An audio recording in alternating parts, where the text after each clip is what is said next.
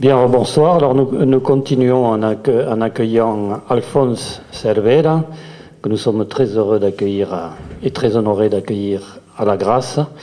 Il est accompagné de son traducteur, qui est Georges Tiras, qui n'est pas que son traducteur, puisqu'il a écrit lui aussi un livre sur lui et organisé de nombreuses rencontres où Alphonse Cervera s'est retrouvé avec d'autres écrivains sur la question qui nous occupe aujourd'hui, la question de la mémoire historique et de la littérature.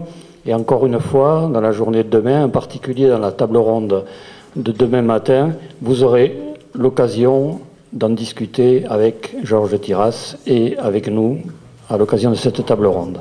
Voilà, alors Alphonse Cervera m'a demandé de poser une seule question et puis de m'en aller, parce qu'il avait l'habitude de parler, donc c'était pas la peine que je fasse le grand discours. Donc je vais en poser une, ce sera peut-être la dernière. Con la primera pregunta pasamos la tarde. Et donc je vais la faire un petit peu longue, comme ça j'aurai eu mon moment de gloire, et je t'en remercie. Donc, sérieusement, pour te resituer comme écrivain, comment entre-t-on à littérature quand on est originaire d'un village du pays valencien, qu'on est fils de boulanger, qu'on est passé de la langue castillane à la langue catalane, puisque tu vis dans un village qui se trouve en zone où l'on parle castillan, mais dans un environnement où l'on parle catalan, et tu as changé plusieurs fois de village dans ton enfance et dans ta jeunesse. Ça, c'est le premier point. Comment entre-t-on en littérature, de manière générale? Et la deuxième question, que je joins à la première pour ne pas avoir à la reposer plus tard, qui est en rapport avec le sujet, c'est que tu es connu pour avoir écrit un cycle des romans de la mémoire. Et donc, la première remarque, comme tu l'as dit plusieurs fois, et je le reprends, ce ne sont pas des romans sur la guerre civile, contrairement à ce qu'on pourrait penser. Ce ne sont pas des romans qui portent sur le passé, ce sont des romans sur la mémoire, et donc des romans du présent et sur la présence du passé dans ce présent. Ya. Ya. No, bueno, ¿Cómo se entra en literatura? Me permites una cosa. Lo primero... Sí, para George. Coges tú.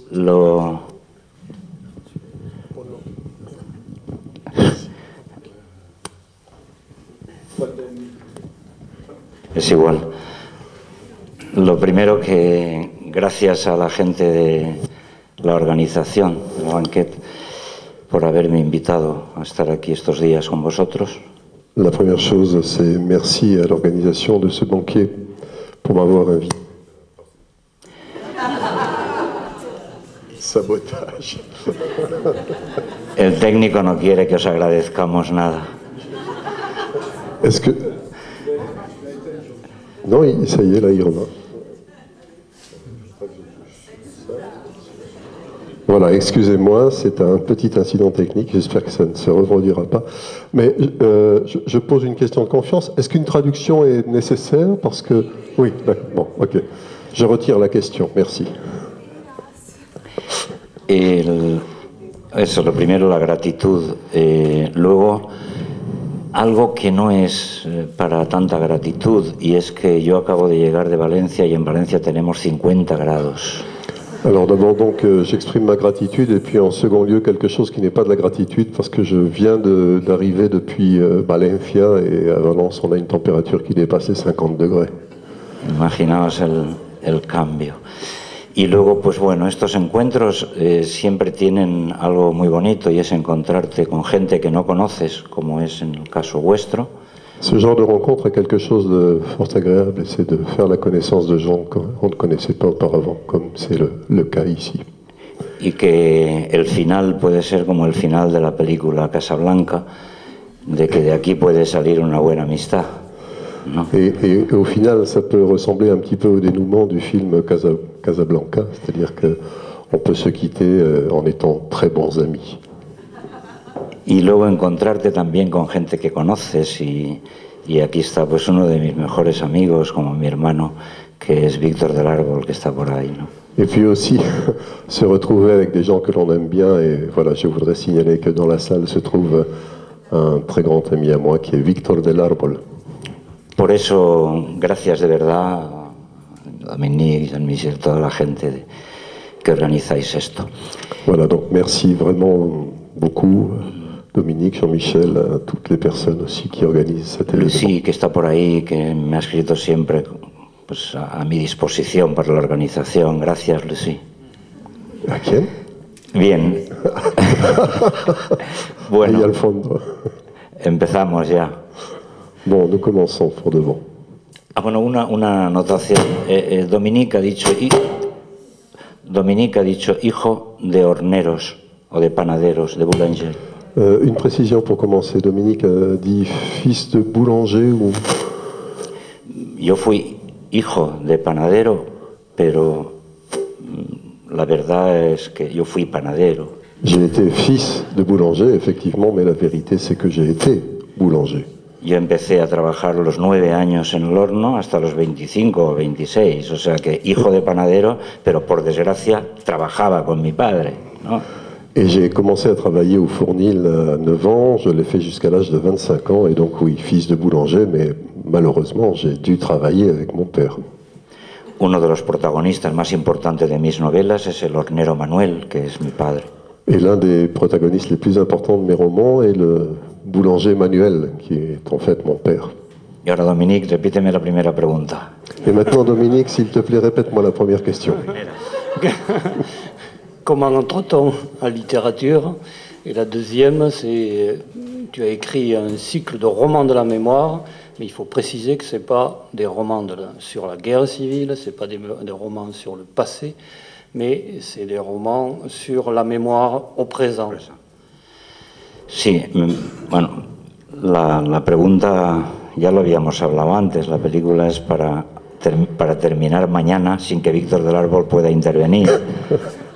On avait parlé de tout ça auparavant, mais bon, c'est comme un film, il faut qu'on en termine et qu'on puisse laisser Victor intervenir demain. Yo creo que hay una confusión grande a la hora de considerar de qué hablamos cuando hablamos de memoria. Je crois qu'il y a une grande confusion quand on se met à réfléchir à de quoi parle-t-on en fait quand on parle de mémoire. Como ese relato de Raymond Carver de qué hablamos cuando hablamos de amor, pues de qué hablamos cuando hablamos de memoria. C'est comparable au récit de Raymond Carver. De quoi parle-t-on quand on parle d'amour, dit-il. Eh bien, il faut se poser la question, de quoi parle-t-on quand on parle de mémoire? Cuando hablamos de memoria, habitualmente podemos entender que estamos hablando del pasado, de lo que recordamos. Quand on parle de mémoire, habituellement, on peut comprendre que l'on parle du passé, de ce que l'on se rappelle. Digo de lo que recordamos porque hay veces que el pasado nos llega a través de nuestras propias vivencias. Je dis ce que l'on se rappelle parce qu'il y a des cas dans lesquels le passé nous revient à travers nos propres expériences. Otras veces nos llega a través de lo que otra gente nos ha contado. Et d'autres fois, le passé nous arrive à travers ce que d'autres personnes nous ont raconté. O de lo que hemos leído, que ha escrito otra gente. Ou de ce que nous avons lu, de ce qu'on peut écrire d'autres personnes.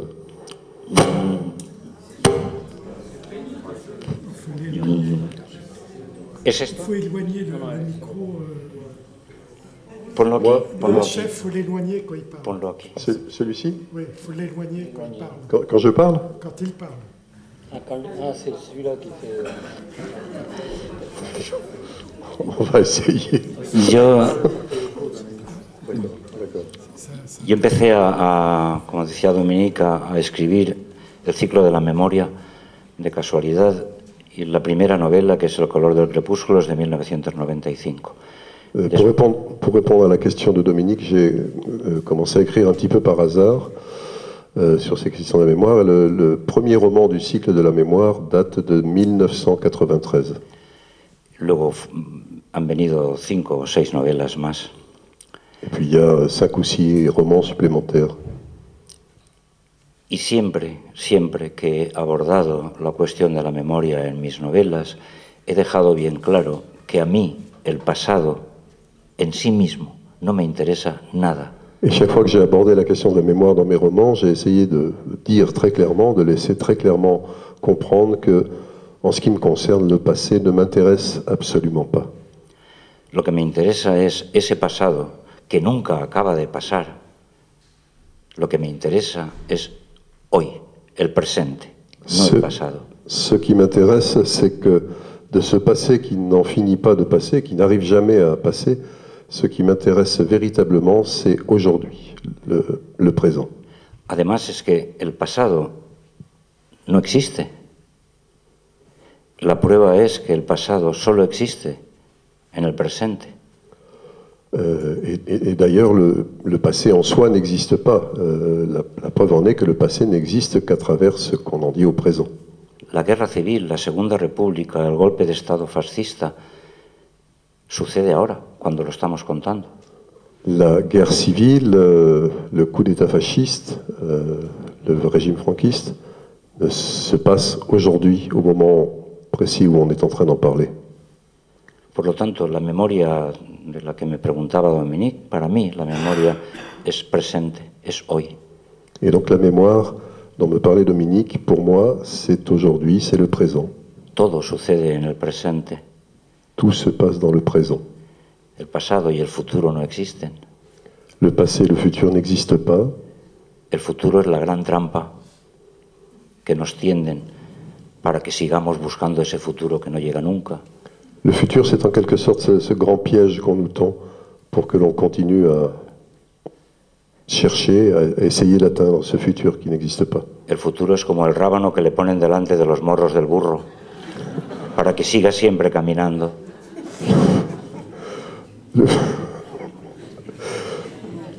Le futur, c'est comme Ravano, je ne sais plus comment non, Ravani, elle l'aura dit. C'est le navet. Voilà, vous avez cette chose qu'on met devant le nez de l'âne pour qu'il continue à avancer. Y sobre todo, para mí, y ahora me voy a poner un poquito serio, el futuro para mí es la posibilidad, la memoria para mí es la posibilidad de saber, la posibilidad de conocer. Et la mémoire, pour moi, c'est plutôt la possibilité de savoir, la possibilité de connaître. Cuando yo empecé a escribir sobre la memoria, yo sabía muy poco de ese pasado, muy poco. Quand j'ai commencé à écrire sur la mémoire, en fait, je savais très peu de choses sur ce passé. Decía William Faulkner que el novelista escribe de lo que no sabe. William Faulkner disait que le romancier, c'est quelqu'un qui écrit sur ce qu'il ne sait pas. Detesto profundamente a las personas, sean escritores o no, que parece que lo saben todo. Je déteste profondément les personnes, qu'ils soient écrivains ou pas, qui disent ou qui laissent croire qu'ils savent tout. Yo no sabía nada de ese pasado y ahora creo que sé bastante. À l'époque, je ne savais rien de ce passé et maintenant, je crois que j'en sais pas mal. Y todo lo he aprendido en el camino. Et j'ai tout appris chemin faisant. Y con este ejemplo termino y pasamos a otra cosa de la memoria es presente. Y el ejemplo que os pongo es en mi última novela, que se publicará en Francia el año que viene, que se titula Todo lejos. Et donc je vais vous donner un exemple et puis ensuite on passera à autre chose. Et donc comme exemple de ce que le passé est en fait du présent, je vais vous parler du dernier roman que j'ai publié qui s'appelle Todo lejos, tout au loin. Cuento la historia de unos jóvenes revolucionarios entre los que yo estaba cerca. Je raconte l'histoire de jeunes gens révolutionnaires dont j'étais assez proche. Que sucede en 1971. C'est une histoire qui se passe en 1971.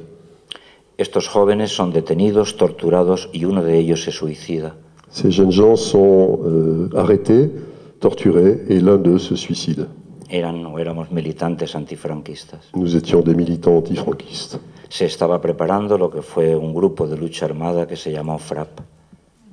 Était en train de se préparer un groupe de lutte armée qui s'appelait le FRAP.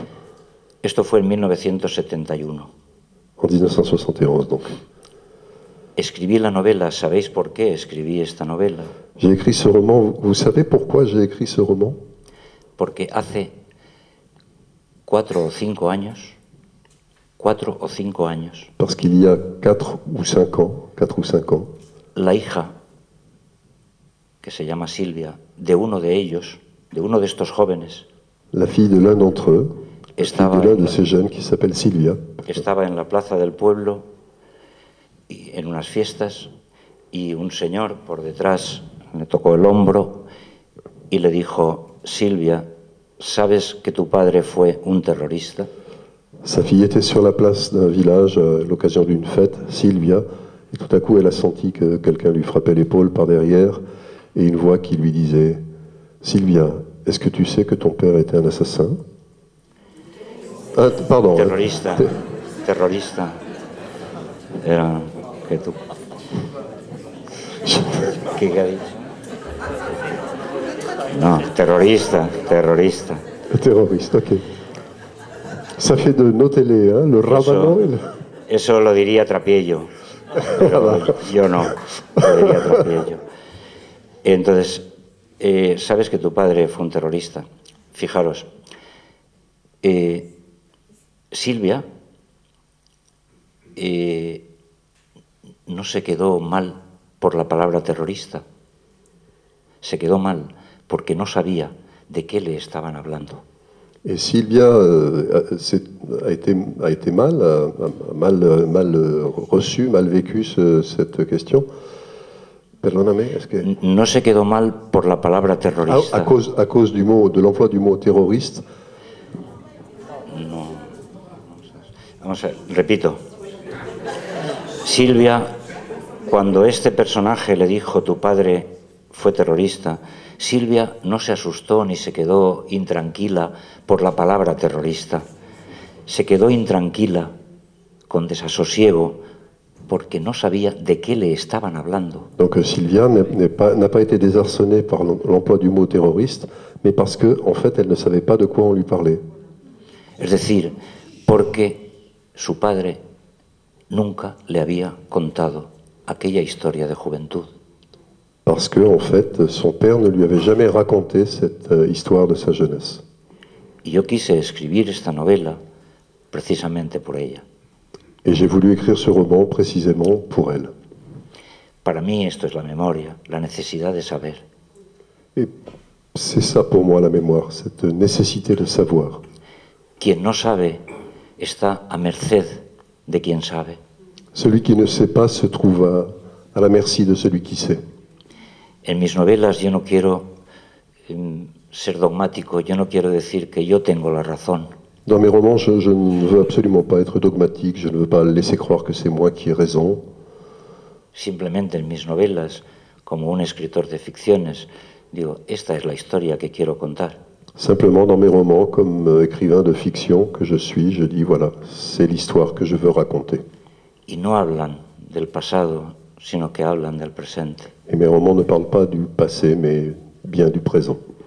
Porque es imposible pensar en el pasado, como os digo, o en el futuro. Solo existe el presente.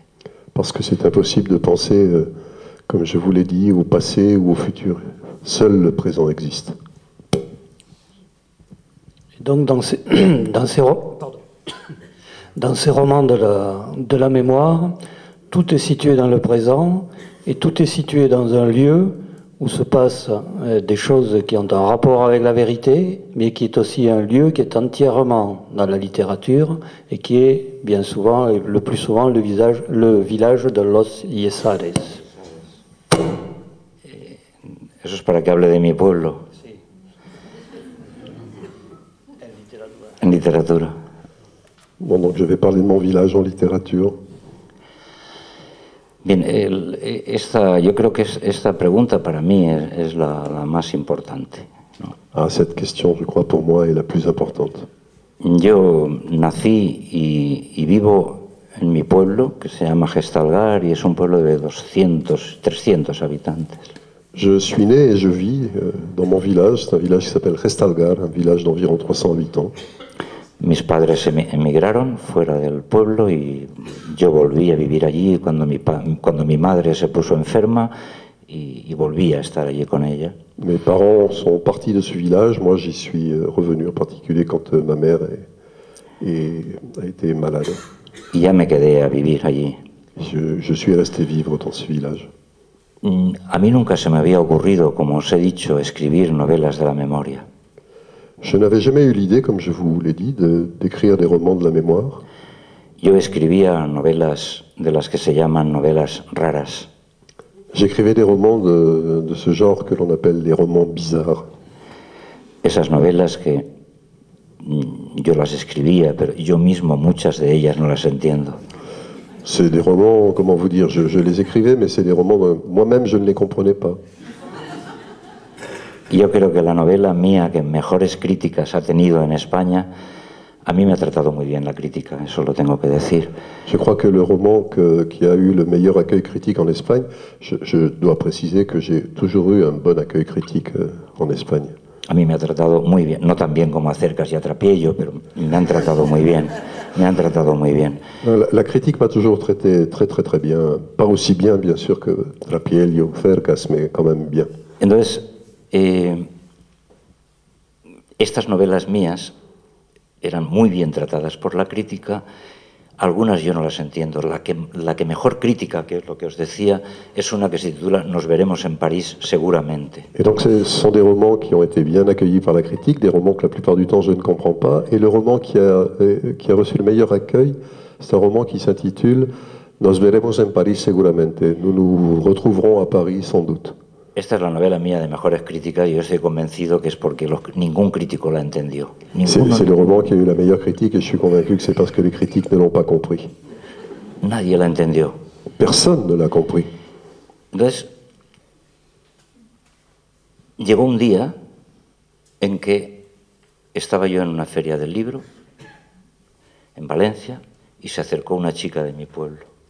Un jour, j'étais à la fête du livre, au salon du livre de Valencia, et une femme de mon village s'est approchée de mon stand. Y me dijo, Alfonso, ¿qué novela tuya me recomiendas? Et elle m'a dit, Alphonse, lequel de tes romans tu me recommandes? Y le dije, ninguna. Et je lui ai répondu, aucun. Pero voy a escribir una. Mais je vais en écrire un. ¿Por qué digo esto? Porque yo vivo en este pueblo y soy de una generación, parezco más joven de lo que soy, ¿eh? Pourquoi je vous dis ça? Eh bien, écoutez, moi je vis dans mon village et puis j'appartiens à une génération. Je suis plus jeune qu'il ne paraît. No, al revés. Llevas esta tarde te has enamorado o algo, porque es que, yo no sé, estás un poco así de... Je suis plus âgé qu'il n'y paraît. Tampoco has acertado, sí.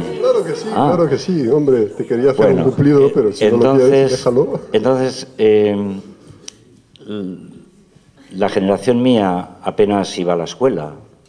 En España, a los 9 años, 10 años, uno iba a trabajar al campo, otra gente como yo, empecé a trabajar en el horno con mis padres, nos íbamos pronto de la escuela.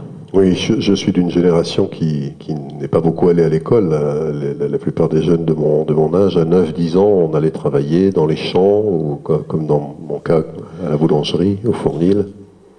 Quiero decir con esto que la mayoría de amigos míos, y mi familia, mi propia familia, apenas fueron a la escuela y no tienen una cultura lectora. Je veux dire avec ce propos, tend à dire que les gens de mon village, de ma famille, ont à peine pu aller à l'école et n'ont pas une culture étendue. Y esto no es un melodrama, pero es verdad, la gente no iba a la escuela y sabía leer lo justo, no iban a leer libros, ¿no? Lo justo. C'est pas un mélodrame, mais c'est la vérité. Les gens la plupart ne sont pas allés à l'école et beaucoup ne savent pas lire, et donc ils avaient à peine pas la connaissance suffisante pour lire un livre. Todos mis amigos y mi familia tenían mis novelas, esas novelas que si no la entendían los académicos, ¿cómo la iban a entender ellos, no? Et donc toutes les personnes de ma famille et mes amis avaient un exemplaire de ces romans, mais Si les universitaires étaient incapables de les comprendre, comment voulez-vous qu'eux puissent le faire? Y entonces le contesté a esta chica, le contesté que iba a escribir una novela. Et donc j'ai répondu à cette personne que j'allais écrire un roman. Solo para mi gente.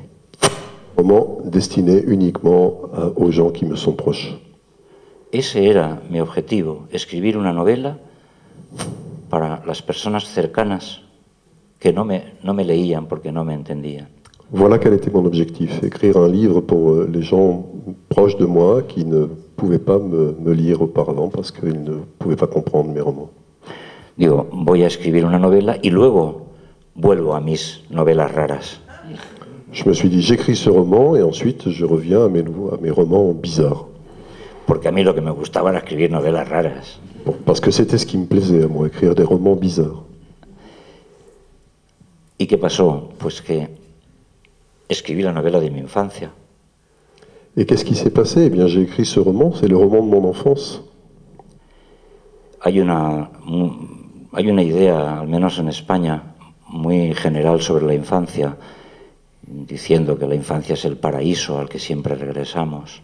On a une idée assez répandue, en tout cas en Espagne, sur l'enfance. On pense que l'enfance, c'est le paradis perdu. Eso es poesía. La infancia, en mi país, mi infancia es una mierda. Ça, c'est de la poésie. L'enfance dans mon pays, en tout cas, l'enfance, c'est de la merde. ¿Qué infancia pudo haber feliz en ese franquismo tan cruel, Quel tan enfant, oscuro? Quelle enfance heureuse aurait-on pu avoir dans ce pays, sous le franquisme, sous ce régime? La felicidad de no enterarte de nada, de que te inflaran a mentiras. Le bonheur de ne rien savoir, d'être gavé de mensonges. Ese es el paraíso. Voilà quel était le paradis. Yo recuerdo no haber aprendido nada en la escuela. Je me souviens de n'avoir rien appris à l'école. Nada es nada. Mais vraiment rien. Y era el segundo más listo de la escuela. Et j'étais le second le plus intelligent de l'école. ¿Qué es lo que sabría el último? Vous vous rendez compte que pouvait bien savoir celui qui est arrivé dernier? Entonces,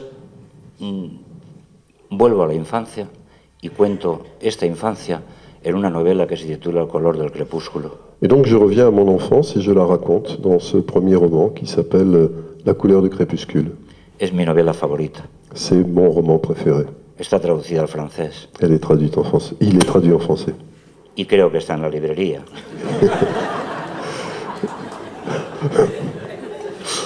Et je pense que le roman se trouve à la librairie.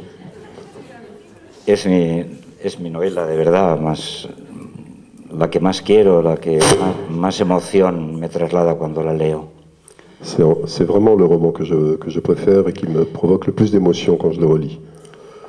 En definitiva, ya para terminar con la respuesta a esa pregunta de mi pueblo, el sitio donde suceden todas mis novelas se llama Los Yesares. Et donc pour en terminer avec la question qui m'a été posée, tous mes romans se passent dans le même endroit et cet endroit s'appelle dans les romans Los Yesares. Los Yesares es mi pueblo, pero en ficción. C'est-à-dire qu'il s'agit de mon village, mais de façon fictionnelle.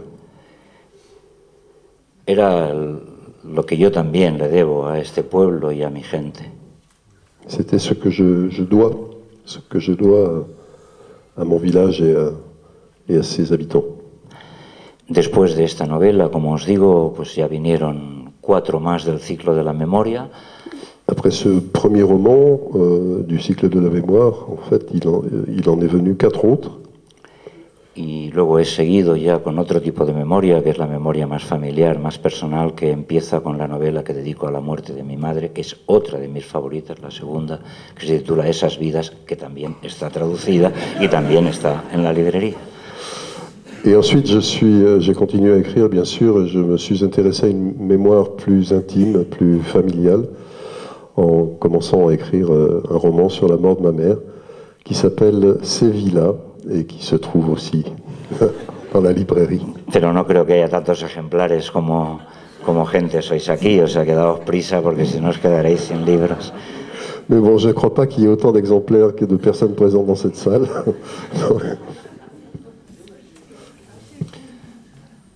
Et donc, vous savez qu'il y a des lectures pendant cette intervention. Donc, une première lecture sur le village, sur Los Yesares. Alors, c'est un texte qui appartient à la prochaine publication des éditions de la Contralée, en avant-première, puisqu'il ne sortira que le 6 juin, que va nous lire Jean-Michel.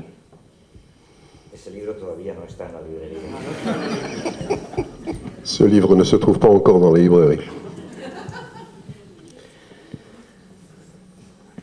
Los Yesares est un village qui n'existe pas, et en cela s'affirme la certitude littéraire de sa nécessaire existence.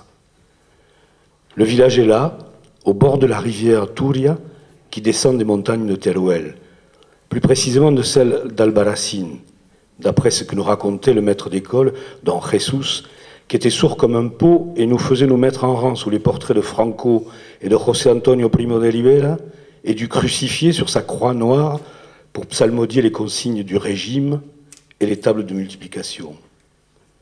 Pour ce qui est des rois goths, on n'y est jamais arrivé. Jusqu'à Franco, si. Et jusqu'à l'Alcazar de Tolède, surtout l'Alcazar de Tolède, et au général Moscardo, qui était une sorte de Guzmán el Bueno, mais version soldat moderne avec armement et harnachement de militaires fascistes. Les romans se déroulent dans le temps et dans l'espace, dans la tête des personnages, dans l'air que ceux-ci respirent et dans les mots qui sortent de leurs tripes. Mes romans ont pour cadre Los Yesares. Et c'est dans les rues étroites et à moitié sombres de ce village que s'écoulent les jours de Sunta, de son grand-père Félix, des hommes qui prennent le maquis avec Sébastien et Ojos Azules, des exilés qui vont et viennent, de l'oubli à la mémoire, et parfois font le chemin inverse. À Restalgar, nous appelons Los Yesares un endroit situé de l'autre côté de la rivière, quand on traverse par le pont Neuf. Un paysage d'enclos où les bergers enfermaient les chèvres, de squelettes noircis parce qu'ils proviennent de sépultures romaines et arabes, faites d'une terre âpre et brune, mêlée de pierres grises où s'ancraient les lames mutilées de la charrue. Il reste encore quelques vestiges des 2 plâtrières où l'on cuisait la poudre de gypse pour les chantiers de la capitale de province et les réparations des maisons du village. C'est là que, sans tanière à putain ni médecin ivre, trouve son origine ma Santa Maria personnelle, la région où l'on traverse les ravins littéraires les plus intransigeants de la littérature espagnole des derniers temps, le Yocnapatahuax, où nous étions tous des enfants idiots, qui dévalions comme un toboggan la pierre glissante qu'il y avait au-dessus de la grotte de Royopellejas. J'ai souhaité inventer un nom pour un territoire où puissent habiter non pas les oublis amers de l'exil, mais la tristesse rageuse capable d'arracher la mémoire aux pierres de la montagne et aux eaux de la rivière. En octobre 1957, cette rivière, jusqu'alors si tranquille, sortit de son lit et déversa dans les rues de Restalgar des chèvres gonflées par la boue et des poules tout ébouriffées dans leur sordide immobilité de bouffonnes mortes. Tout se déroule dans les rues du village sous le regard d'espion que darde le château, un château en partie mort et en partie chrétien, ce qui fait qu'il est de 2 couleurs différentes, comme la pâte à tartiner que l'on mangeait pour le goûter, à peine sorti de la classe de la señora Inés, Calle del Barranco, où nous allions avant de fréquenter l'école de don Jesus, installée au-dessus de la mairie. De nos jours, à Los Yesares, les rues sont asphaltées, la rivière a changé de lit je ne sais combien de fois, et jusqu'à une date récente, les noms des généraux et des héros franquistes continuaient de trôner, impassibles, au coin des rues du village.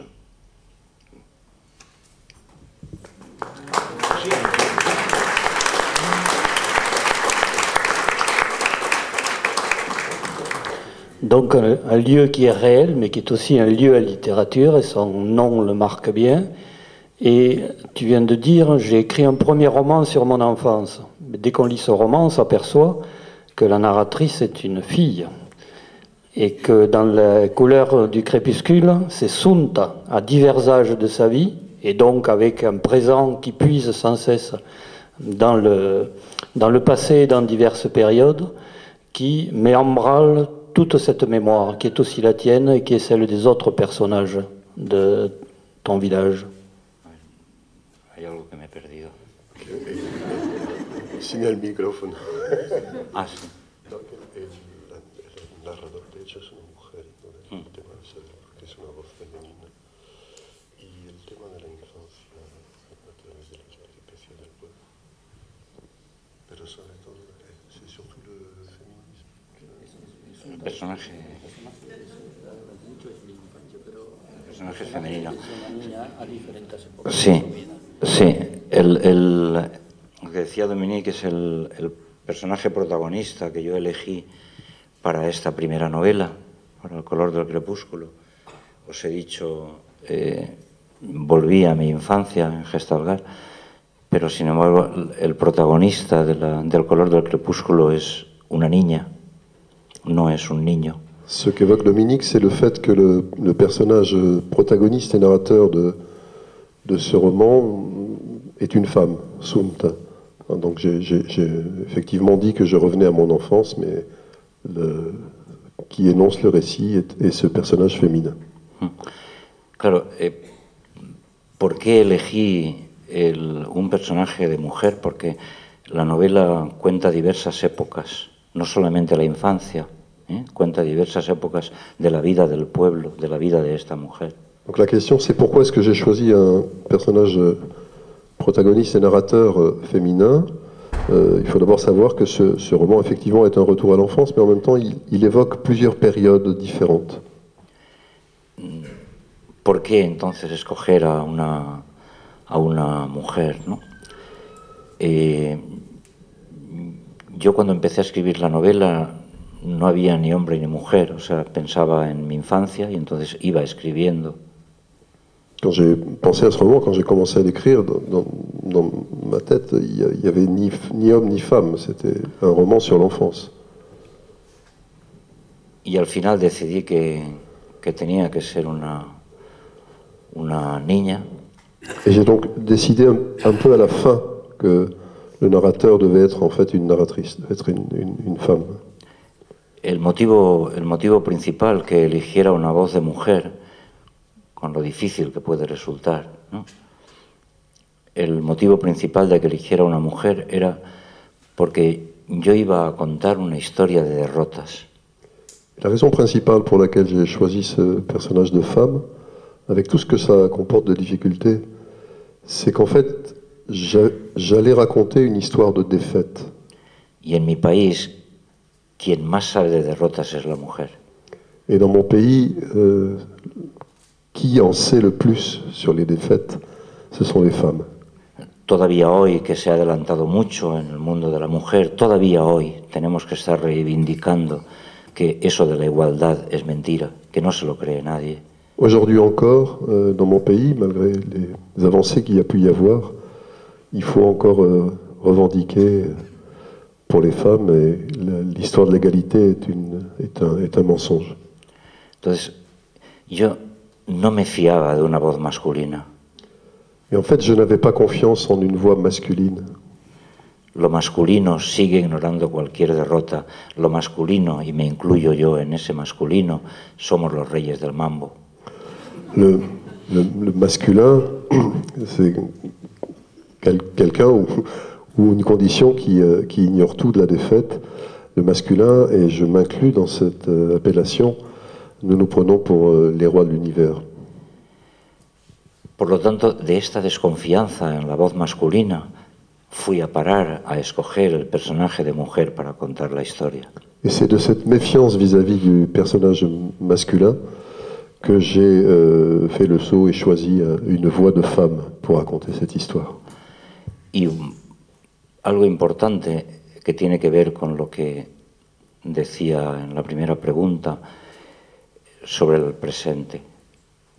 Et quelque chose d'important qui a à voir avec ce que nous avons évoqué à propos de la première question, la question du présent.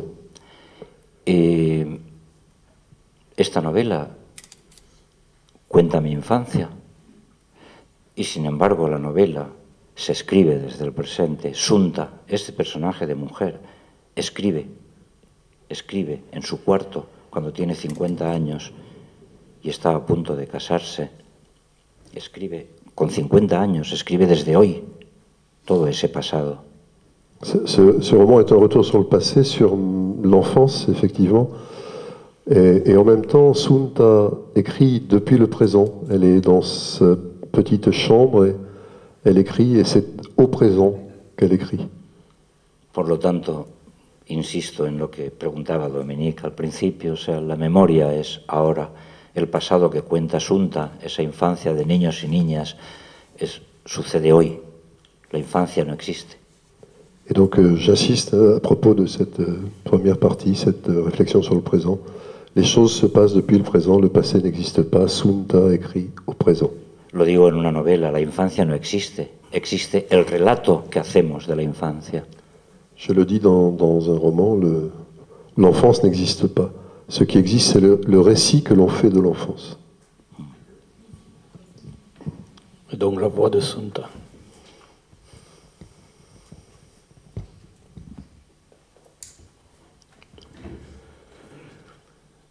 Parce qu'elle sait la fragilité de la mémoire, elle écrit. Auparavant, elle a réglé les derniers petits détails de la pièce. Fermer la fenêtre à la fraîcheur de la nuit et à la pluie, redresser le portrait de son oncle qui dort depuis des siècles dans ce qui fut la chambre de ses parents, et aujourd'hui, à l'heure où son père n'est plus que souvenir, et la mort un chiffre entre deux tirés au cimetière qui se recroqueville au bas de la route. Elle occupera une fois de plus la place que les mots jamais prononcés réservent à la surprise de ce savoir soudain devenu. Elle ignore au fond si à juste titre, et sans qu'intervienne aucune stratégie préalable entre le silence de toujours et la nécessité de compter, syllabe après syllabe, l'architecture immense de tous les silences, la protagoniste d'une histoire. Et après avoir redressé le portrait de l'oncle mort de tuberculose à son retour au village, à la fin de son service militaire en Afrique, elle a allumé la petite lampe sur la table, lissé de la main un pli qui barrait la nappe de toile cirée achetée lors du dernier marché, et chaussé les lunettes dont elle se sert aussi pour grossir la taille des points de broderie qui ornent le linge de maison que tous les après-midi, lorsqu'elle termine son travail au fournil qui a appartenu à ses parents et qu'a hérité son cousin à la mort, où juste avant la mort de son père, elle coud lentement, avec le soin de qui se sait à égale distance de la peur, de la moindre petite erreur et de l'absolue sûreté qui accompagne, jusque dans les détails les plus insignifiants, la rigueur du virtuose. Elle a donc ajusté ses lunettes sur son nez et jette encore un dernier regard sur les nuages sombres de la rue, comme si les nuages, du moins ceux de cette nuit, montaient du sol, comme attirés de façon magique par ce lieu que les livres de science, qu'elle a si superficiellement parcourus à l'école de Los Yesares, réservent pour les cumulus, les cirrus, et elle ne sait quelle autre espèce de nuage encore parmi toutes celles que recensait la leçon tout entière consacrée aux phénomènes atmosphériques. « Il n'arrête pas de pleuvoir », murmure-t-elle. C'est une femme qui peut avoir dans les 50 ans.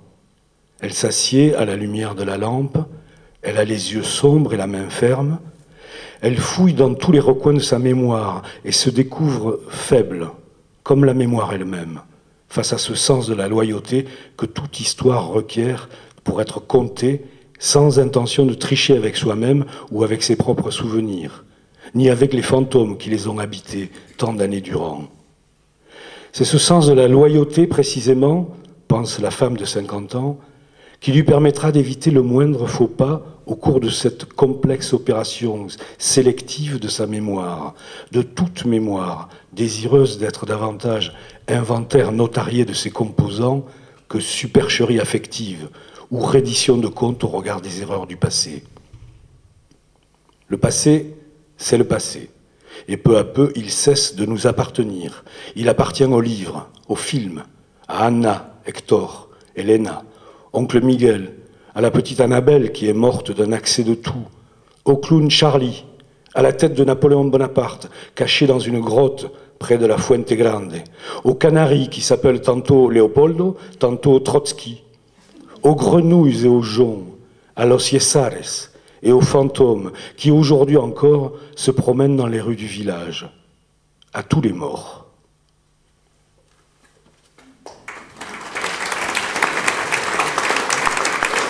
Ah oui.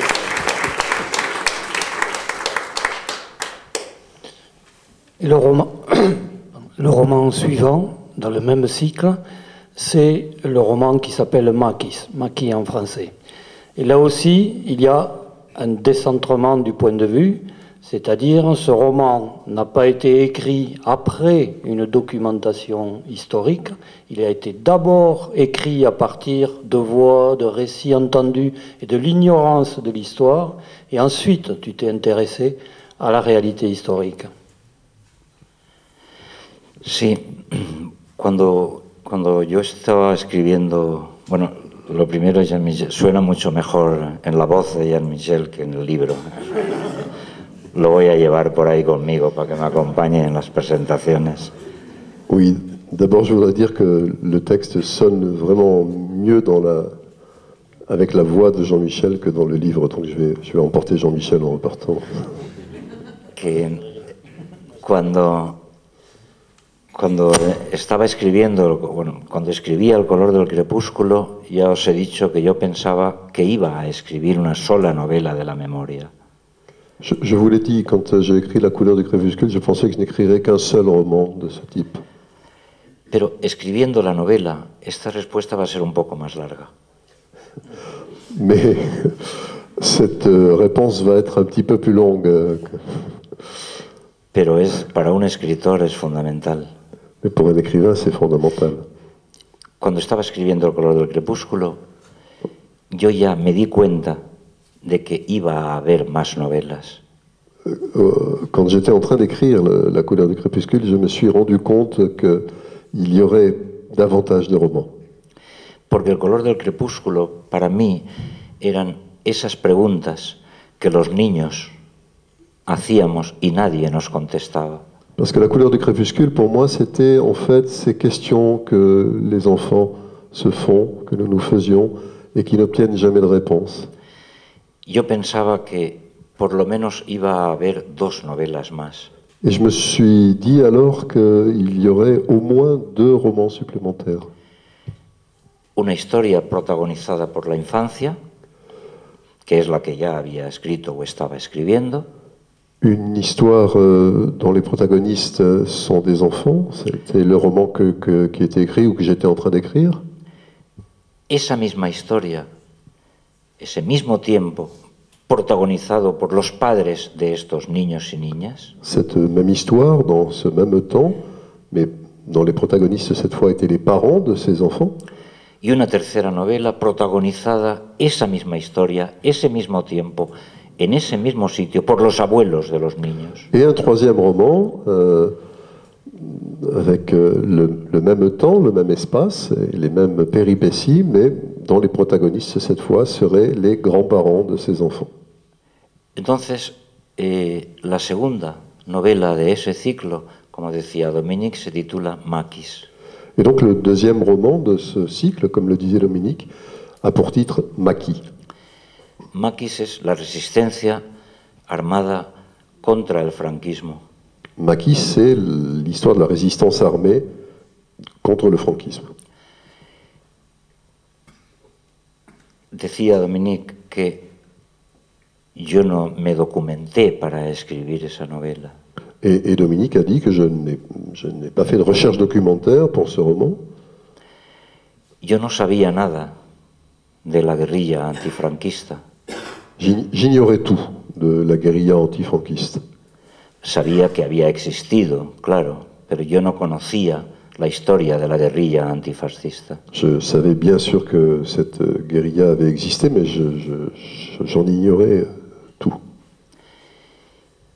Y yo nunca quise escribir una historia sobre la guerrilla antifascista. Et je n'ai jamais voulu écrire un roman sur cette guérilla antifasciste. Y siempre he dicho que mi novela Maquis no es una historia de la guerrilla antifascista. Et j'ai toujours soutenu que ce roman, Maquis, n'est pas un roman sur la guérilla antifasciste. Siempre he dicho que Maquis es una historia sobre el miedo. J'ai toujours dit que Maquis est en fait une histoire sur la peur. ¿Por qué quise escribir una historia sobre el miedo que se titulaba Maquis precisamente? Pour quelle raison ai-je voulu écrire un roman sur la peur qui portait par ailleurs le titre de Maquis? Pues porque a muchas de esas preguntas que los niños hacíamos, los padres no nos contestaban. ¿Por qué? Porque tenían miedo. Parce que nos parents ne répondaient pas à toutes ces questions que nous formulions, nous les enfants. Ils ne répondaient pas parce qu'ils avaient peur. Por ejemplo, cuando yo decía, ¿por qué tengo que ir a la iglesia? Par exemple, quand je posais la question, pourquoi est-ce qu'il faut que j'aille à l'église? Y además, ¿por qué tengo que ser monaguillo? Et en plus, pourquoi est-ce qu'il faut que je sois enfant de cœur? Entonces, no había respuestas. Il n'y avait pas de réponse. Por lo tanto, esa segunda novela que se titula Maquis no es una novela sobre la guerrilla, es una novela sobre el miedo. Et donc ce second roman n'est pas un roman sur la guérilla, mais un roman sur la peur. ¿Y por qué miedo y guerrilla? Pues porque cuando yo era niño, en casa, en todas las casas, de izquierdas, de derechas, que habían ganado la guerra o la habían perdido, una de las cosas que decían era, o haces esto, o te comes, o vendrá el hombre del saco o el maquis y se te llevará. Et pourquoi ce rapport donc entre guérilla et maquis? Eh bien, parce que chez moi et dans toutes les maisons, chez tout le monde en fait, chez les gens de gauche ou de droite, les vainqueurs ou les vaincus, le discours consistait à dire aux enfants, ou tu fais ça, ou tu manges cette chose, ou tu fais cela, ou bien viendra le croque-mitaine ou le maquisard, et il t'emportera. Por lo tanto, los niños crecimos en ese imaginario del miedo.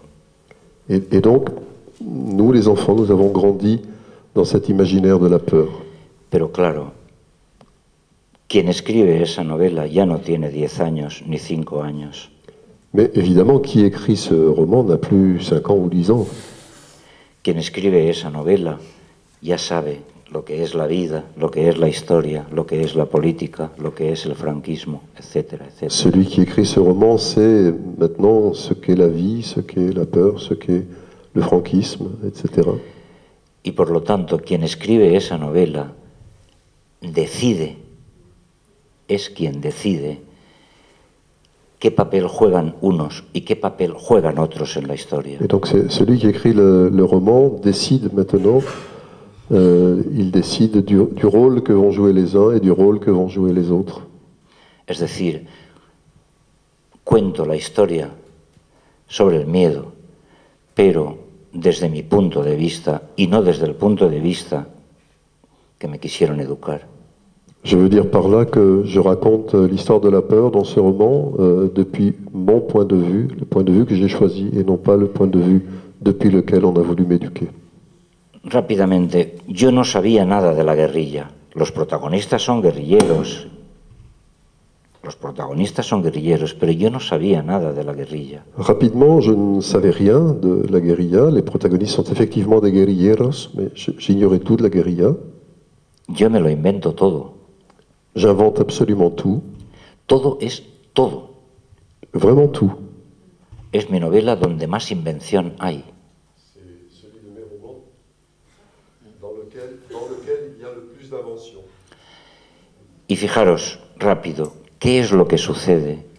Se publica esta novela en España y tiene un éxito fulgurante. Non, c'est pas moi. Hein. Hein? Non, on m'entend au fond de la salle si je parle? Oui? Bon. Perdóname, es que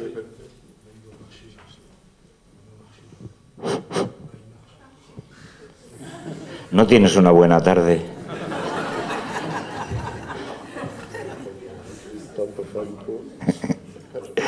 Decía que todo es inventado en esta novela.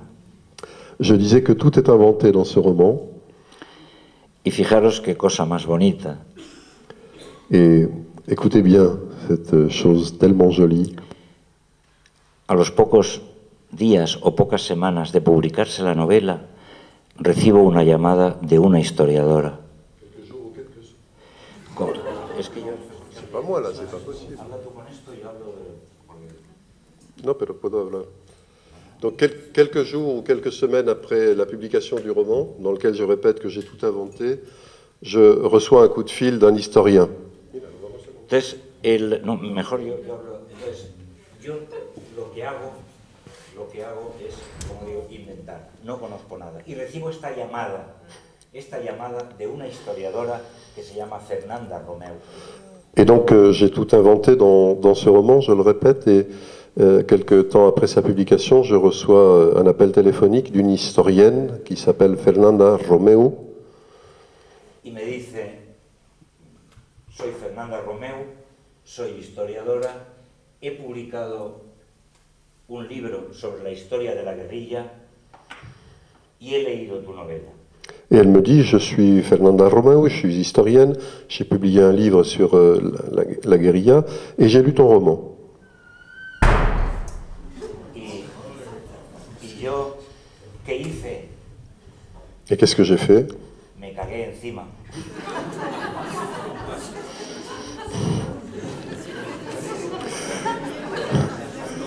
Je me suis fait dessus. Claro, una historiadora que ha escrito un libro de verdad sobre la guerrilla. Évidemment, une historienne qui a écrit un vrai livre sur la guérilla. Y que ha leído mi novela, pues le iba a contestar, ¿y qué hago? ¿Me corto las venas? Et qui en plus a lu mon roman, qu'est-ce que j'allais lui répondre? Que je me coupe les veines? Y añadió, me ha gustado mucho. Digo, et elle a ajouté, et ce roman m'a beaucoup plu. Waouh! Pero, fijaros, qué bonito. Y me dice, y ellos te quieren conocer.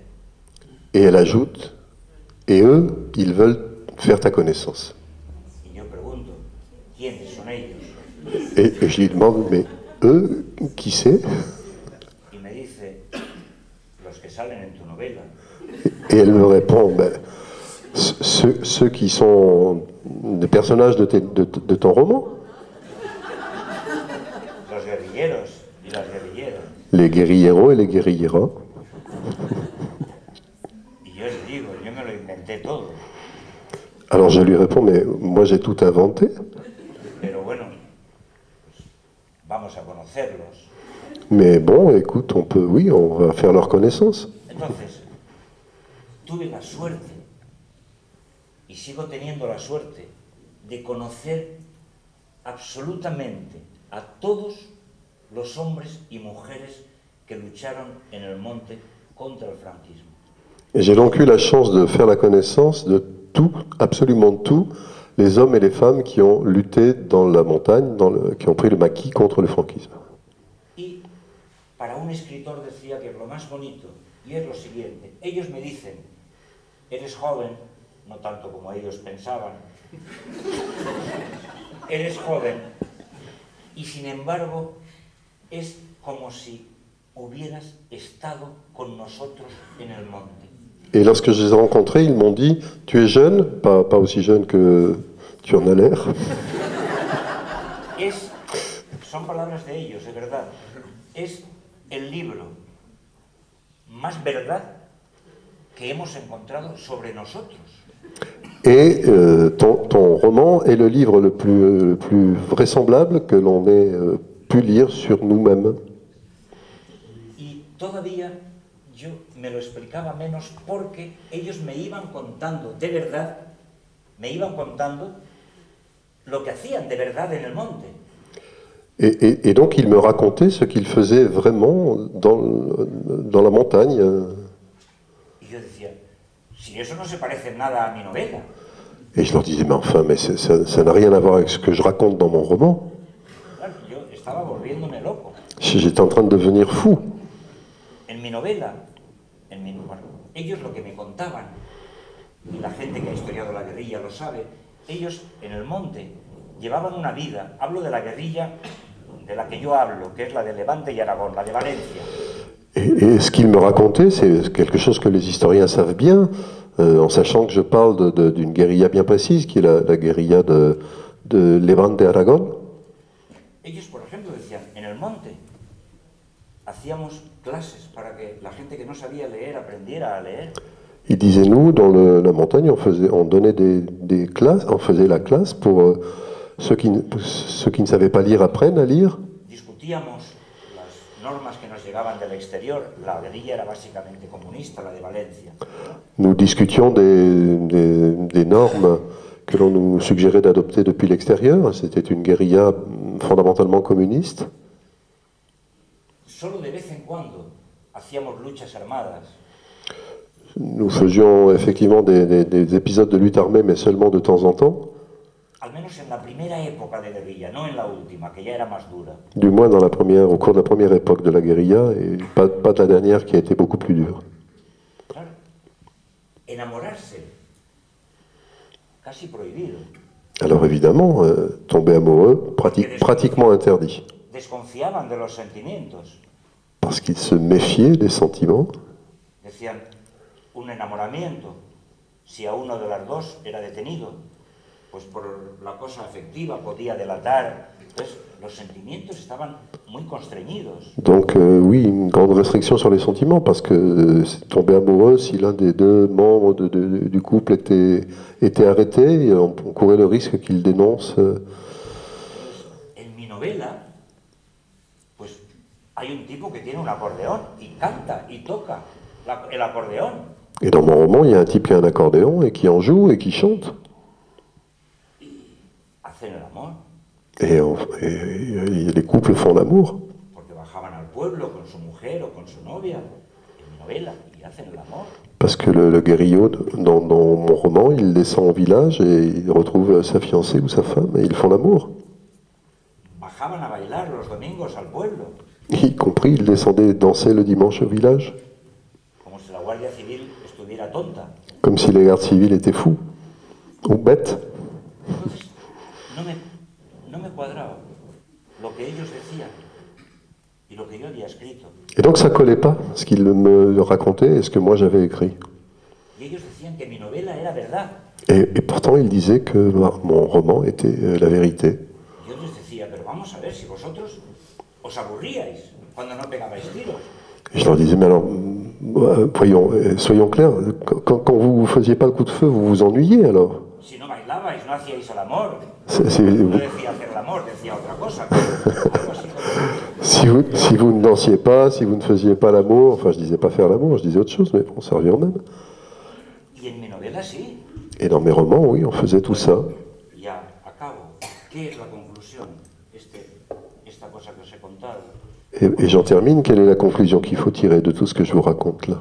Lo más bonito que le puede pasar a un escritor de ficciones La plus belle chose qui puisse arriver à un écrivain de fiction, los hombres y las mujeres de la guerrilla antifranquista, ¿sabéis por qué decían que mi novela era más verdad que su propia vida en el monte? ¿Sabéis por qué? savez-vous pourquoi les hommes et les femmes de la guérilla antifranquiste me disaient que mon roman était plus vrai encore que la vie qu'ils menaient? Porque estos hombres y estas mujeres a los que tuve el orgullo de conocer, Parce que ces hommes et ces femmes que j'ai eu l'orgueil de connaître, tenían 20 años cuando estaban en el monte. ils avaient 20 ans quand ils étaient dans la montagne. Y lo que ellos vieron, y me emociono todavía cuando lo cuento, Maquis la publiqué en 1997, y aún me emociono cuando cuento esto que os estoy contando ahora. Et je suis gagné par l'émotion quand je vous raconte tout ça. Pourtant, c'est un roman que Maki, il a été publié en 1995. Ellos tenían 20 años. Ils avaient 20 ans, ces jeunes. Y lo que veían en mi novela era la vida en la que ellos estuvieron soñando y pensando todos los puñeteros años del monte.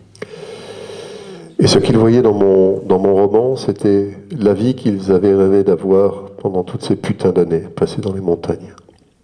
Entre que a un joven o una joven de 20 años le des a elegir estar viviendo como los conejos en el monte o ir a bailar con su novia, evidentemente piensa mejor ir a bailar con su novia, porque no podían hacer. Si tu demandes à un jeune de 20 ans, de choisir entre vivre comme un rat dans la montagne et puis aller danser avec ta fiancée. Es decir, Oui, c'est un lapin, mais ça revient. Convertir la ficción en su propia realidad. Eso es lo más maravilloso que le puede pasar a un escritor de ficciones, a un inventor de historias. Et c'est vraiment la chose la plus merveilleuse qui puisse arriver à un écrivain de fiction, à un inventeur. C'est de... Lo más maravilloso que te puede pasar a un inventor de ficciones. Ouais.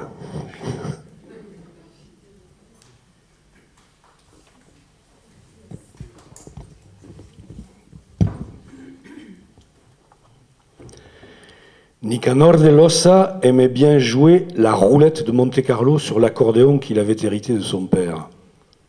Quand il y avait bal dans son village, c'est un air qu'on lui demandait toujours. Alors, il se calait les bretelles derrière les omoplates et il tirait de son instrument des accords trépidants qui rappelaient les fêtes luxueuses des cabarets sur les plages des Caraïbes.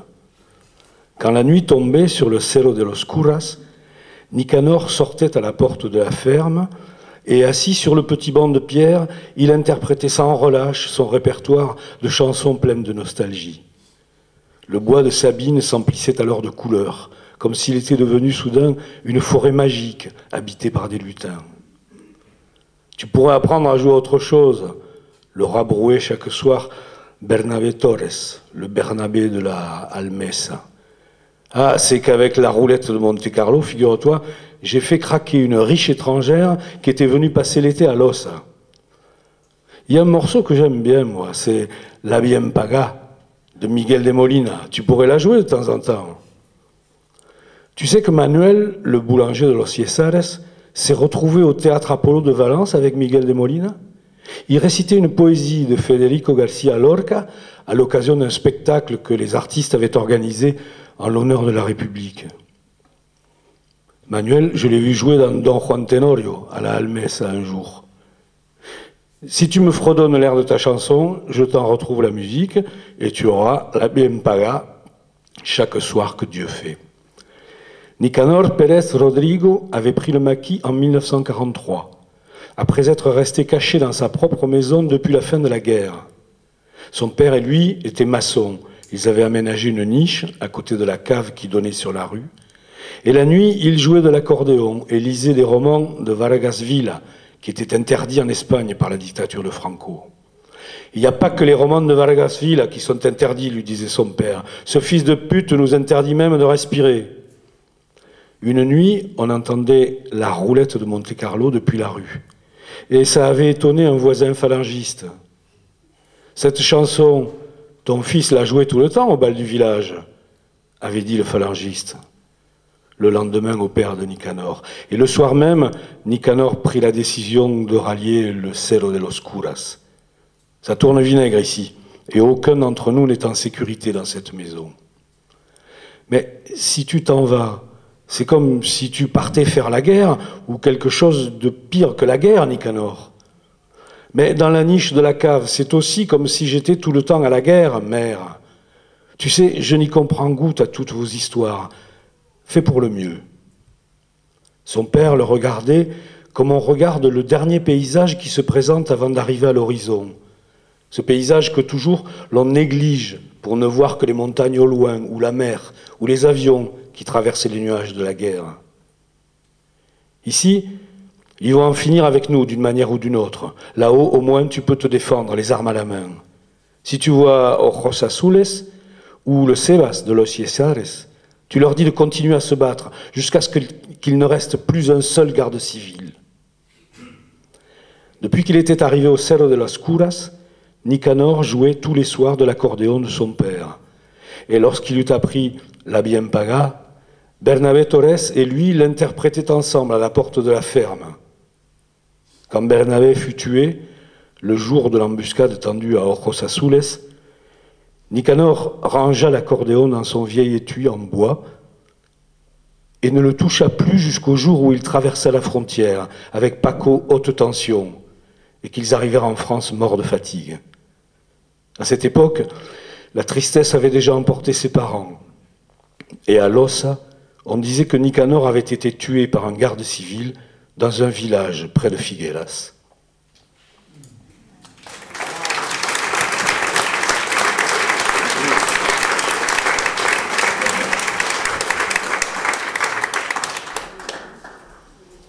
Alors bien sûr, il y a encore d'autres romans dans ce cycle de la mémoire, et comme on ne peut pas parler jusqu'à minuit, on va évoquer aussi celui dont tu as parlé tout à l'heure, qui concerne bien sûr la mémoire, mais qui est un roman très émouvant, adressé à ta mère et concernant la mort de ta mère.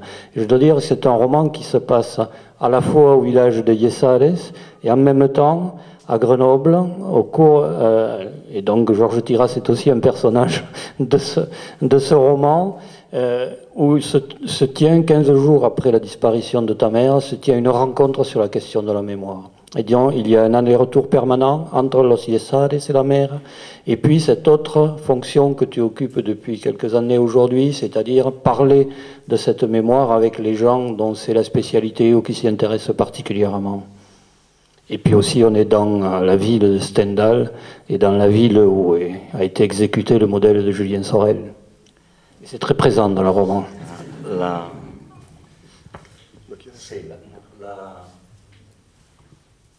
Esas vidas es la primera novela, digamos, que sale del ciclo de la memoria. Sevilla est le premier roman qui s'écarte du cycle de la mémoire. Es una novela que yo nunca pensé que la iba a escribir. C'est un roman que je n'aurais jamais pensé écrire. Hasta entonces yo había escrito sobre eso que se llama, con más o menos fortuna, memoria colectiva, memoria de grupo, memoria común. Jusqu'alors, j'avais écrit sur ce que l'on appelle, avec plus ou moins de fortune, la mémoire collective, la mémoire de groupe. Y ahora me enfrentaba a la posibilidad de escribir mi memoria personal. Et je m'affrontais alors à la possibilité d'écrire sur ma mémoire personnelle. Mi madre era una mujer fuerte de 84, 85 años. Ma mère était une femme forte de 84-85 ans. Muy fuerte. Vraiment de forte complexion. Con muy mala leche. Et un sale caractère. Mala leche, carácter y eso es una... Mala leche era mala leche. Voilà. Donc c'est une expression intraduisible hein, pour ceux qui ne parlent pas espagnol. Tenía mala leche. Y en las escaleras de casa las subía, 4 plantas que tiene la casa de Gestalgar, subía y bajaba, estaba muy bien. Donc elle vivait dans la maison qu'on a à Gestalgar, qui est une maison de 4 étages, et par exemple elle montait et descendait les escaliers sans problème. Un día resbaló en la escalera, cayó. Un jour elle a glissé dans les escaliers, elle est tombée, Y dijo, me he roto la cabeza. et elle a dit « je me suis fendu la tête ». La llevamos al médico, al hospital. On l'a emmené voir un médecin. On l'a emmené voir un médecin, on l'a emmené à l'hôpital, elle n'avait rien. Dijo, bueno, los médicos dirán lo que quieran decir, pero yo me he roto la cabeza. Et elle a dit, bon, ben, les médecins, ils diront bien ce qu'ils voudront dire, mais moi, je me suis fendu la tête. Y se sentó en una silla Elle s'est assise sur une chaise, a ver venir la muerte. et elle a attendu la mort. Otra vez volvemos a la historia del miedo, pero en un espacio ya íntimo, personal, y no en ese espacio colectivo que era la infancia.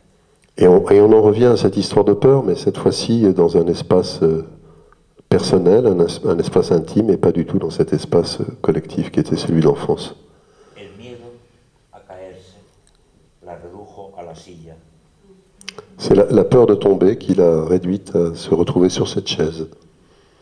Durante año y medio estuvo así. Elle est restée comme ça pendant 1 an et demi.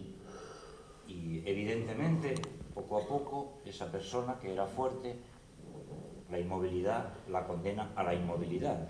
Et bien entendu, peu à peu, pour cette personne qui était si forte, eh bien l'immobilité l'a condamnée à être de plus en plus immobile. Fue año y medio de tortura para ambos. Et ça a été 1 année et demie de torture pour chacun de nous deux. Una persona que no sabía morirse Une personne qui ne savait pas mourir, en fait. y una persona que no sabía estar con alguien que no sabía morirse. Et une autre personne qui ne savait pas comment être avec quelqu'un qui ne savait pas mourir. Las dos torpezas se juntaban. 2 maladresses qui se rejoignaient. Al final, después de año y medio, si mi madre murió. Y en medio hubo todo ese tiempo de aprendizaje. Et donc au bout d'1 an et demi, ma mère est morte, mais entre-temps, pendant toute cette période, il y a eu quelque chose comme un apprentissage. Otra vez vuelvo a lo importante que es intentar saber de aquello que no sabes y que nadie te ha contado. Et une fois de plus, j'en reviens à cette chose importante qui est essayer de savoir ce que tu ne sais pas et que personne ne t'a appris. Mi madre constantemente estaba, ¿por qué no me muero de una vez? Ma mère répétait constamment, mais pourquoi est-ce que je ne meurs pas une bonne fois pour toutes? Y en algunas ocasiones yo decía lo mismo, ¿por qué no te mueres? Et à certains moments, je disais la même chose. Pourquoi est-ce que tu ne meurs pas une bonne fois pour toutes? Es decir, yo entiendo, y ahora estoy hablando de la realidad, no de mi novela, entiendo que haya gente entregada a su familia, sean primos, hermanos, padres, madres, entregadas, pero es muy difícil. Je comprends qu'il y ait des gens qui soient très dévoués à leur famille, aux parents, aux cousins, etc. Mais c'est quand même quelque chose de très très difficile. La relación que se crea es muy difícil. La relation qui se crée à ce moment-là est très délicate. En la novela hay un pasaje que cuando lo leen la gente se ríe. Dans le roman, il y a un passage, quand les gens le lisent, en général, ils rient. Pero que cuando lo estás viviendo es diferente. Mais quand tu le vis, toi, c'est assez différent. Mi madre se pasaba el tiempo diciendo me quiero morir, no me muero, me quiero morir, no me muero. Ma mère passait son temps à répéter « je veux mourir »,« non, que je ne meurs pas, je veux mourir ». Y al final se establecían juegos entre nosotros, ¿no? Et finalement, c'était une espèce de jeu qui s'était établi entre nous deux. Y un día en uno de estos juegos, pues yo le ponía siempre después de la comida, pues un flan, un yogur, una fruta. Et un jour, donc, dans le cadre de ce jeu, je m'occupais toujours de ses repas et je lui servais à la fin du repas un dessert, une compote, un flan, un yaourt. Y un día le dejo el yogur allí. Et un jour, je lui ai apporté un yogourt, un yaourt. Y yo me escondo en la cocina, Et je me suis caché dans la cuisine la miro. et je l'ai regardé en cachette. ¿Y qué podéis pensar que una mujer que lleva más de un año diciendo me quiero morir, qué hizo esta mujer? Et qu'est-ce que vous pensez que cette femme, qui depuis 1 an et demi répétait « je veux mourir », qu'est-ce que vous pensez qu'elle a bien pu faire avec ce yaourt? Mirar la fecha de caducidad. Regardez la date de péremption du yaourt. Entonces, claro, pues salgo, ¿no? Y le digo, ¿qué? Et donc je suis sorti de ma cachette et je lui ai dit « et alors ?» Y ella, en un alarde de fortaleza y de ingenio, dice, es para no daros faena, porque no quiero ponerme enferma, ¿no? Et donc elle a répondu en se montrant plus forte et plus astucieuse qu'elle n'était, c'est pour ne pas vous donner du boulot. Je ne veux pas tomber malade. Murió mi madre y justamente, y por eso viene lo que decía Dominique de Grenoble y de los espacios, murió mi madre y a la semana siguiente yo tenía un congreso en Grenoble. Et donc ma mère est morte et la semaine d'après, il y avait ce congrès à Grenoble. Y no sabía si ir al congreso o no, porque yo estaba muy afectado, ¿no? Je ne savais pas trop s'y aller ou pas parce que j'étais très affecté. Porque esta lucha que yo os decía, esta lucha a muerte, ¿no?, entre los dos, con momentos de mucha ternura, con momentos de mucha violencia, al final te deja un vacío tremendo.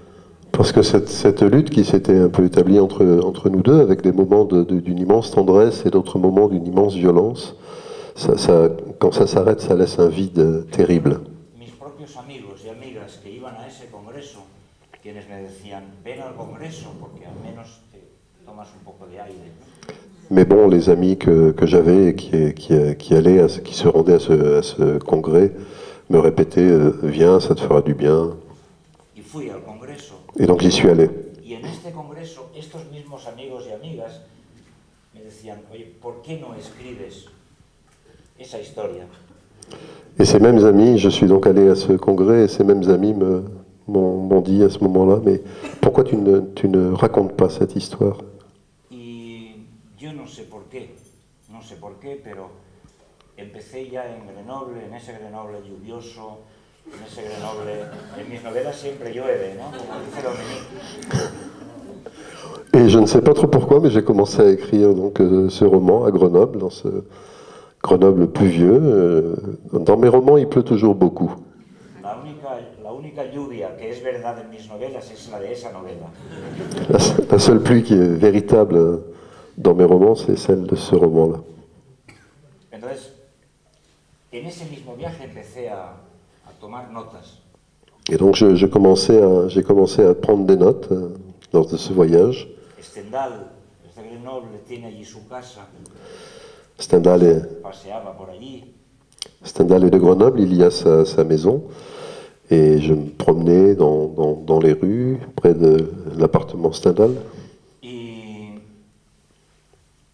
desde ese mes de marzo hasta ese mes de noviembre del mismo año, escribí esas vidas. Et j'ai donc écrit ces vies-là entre le mois de mars et le mois de novembre de la même année. Una novela muy dura. C'est un roman très dur. No es la novela del buen amor. Ça n'est pas du tout le roman du bon amour. Es la novela de esa lucha que yo os he contado. C'est le roman de cette lutte que je vous ai racontée. Otra vez la novela de no saber nada de dónde estás metido. Une fois de plus, le roman de ne pas savoir où tu as mis les pieds. Y escribes la novela como escribí Maquis. Et j'ai écrit ce roman comme j'ai écrit Maquis. A ver si aprendo algo de lo que he hecho durante año y medio. Pour voir si j'apprends quelque chose de ce que j'ai fait pendant cette année et demie.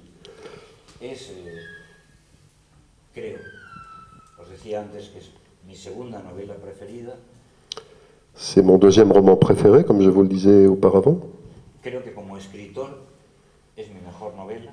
Je crois que, comme écrivain, je le considère comme mon meilleur roman. Es la vez en que, en las otras novelas también, ¿no? Pero la vez en que yo apuesto más por ese juego, a veces difícil, del espacio y el tiempo, de mezclar espacios, de mezclar tiempos. C'est le roman dans lequel je parie le plus sur le mélange et le va-et-vient entre les espaces et le temps. Je le fais dans tous les romans, mais dans celui-ci tout particulièrement. En una línea estás en Grenoble, en la otra línea estás en Oliesares, un juego endiablado con tiempos y espacios. C'est un jeu endiablé entre le temps et l'espace, parce que dans une ligne tu es à Grenoble, dans la ligne suivante tu es à Los Yesares. Y yo creo que desde el punto de vista de la escritura es la novela que yo creo que es más conseguida. Et je crois que du point de vue de l'écriture, c'est le roman qui est le plus achevé de tous les miens. Esta novela, yo no soy una persona de premios, no me presento a ningún premio en España. Ce roman, je ne suis pas quelqu'un qui court les prix, je ne me présente à aucun prix littéraire en Espagne. Esta novela quedó finalista en el premio, uno de los premios más importantes, que es el Premio Nacional de Novela en España. Ce roman a été finaliste d'un prix qui est parmi les plus importants en Espagne, qui est le prix national de roman. Tú no te presentas a este premio, te C'est eligen. un prix auquel tu ne te présentes pas, on te choisit. Y esta novela quedó como la segunda mejor novela en España de ese año. Et donc ce roman a terminé comme le deuxième meilleur roman de l'année en Espagne. ¿Quién ganó? Pues una novela horrorosa. Qui a gagné le prix? Eh bien, un roman épouvantable. Anatomía de un instante de Javier Cercas. Anatomie d'un instant de Javier Cercas. Y la mía la segunda. ¡Joder! Et mon roman deuxième. Putain. La mía era mucho mejor. Vamos, Mon roman était bien meilleur. con diferencia, vamos, pero con De loin, de loin, de loin. una cosa sobre el 23F, que yo viví el 23F, ¿no? Para el 23F. Y me gana a esas vidas, a la historia de mi madre. Un roman sur la tentative de coup d'État du 23 février. Pero bueno, imaginaros la satisfacción, ¿no? Hablando ya ahora en serio, ¿no? Bueno, lo de Cercas lo digo en serio. Mais imaginez-vous la satisfaction que c'est, pour parler sérieusement. Enfin, ce qui concerne Cercas, je le dis sérieusement. La satisfacción, de verdad, ahora, que esta novela, ¿no? Una novela, como os digo, yo creo que incluso casi despiadada, ¿no? C'est un roman, y compris, je crois qu'on pourrait utiliser l'adjectif impitoyable. Muy difícil para mí. Difficile pour moi. La vida que llevé en ese año y medio y la novela que escribí, muy difícil para mí, ¿no? La vie que j'ai menée pendant 1 an et demi et le roman que j'ai écrit, alors, tout ça est très difficile pour moi. Una novela escrita en 7 u 8 meses. Un roman écrit en 7 ou 8 mois, Y que bueno, y que tuviera esta consideración, pues enseguida piensas en la persona que la protagoniza, ¿no? que ce roman ait reçu une telle marque de considération, tu penses forcément, bien sûr, à qui en est la protagoniste. Y te entran ganas de, a pesar de ser una novela despiadada, de dialogar con ella, ¿no? Y decirle, joder, qué bien lo pasábamos con lo del yogur, ¿no? Et à ce moment-là, tu as des envies de la retrouver, de retrouver le dialogue avec elle et de lui dire « Putain, qu'est-ce que c'était bien l'histoire du yaourt !»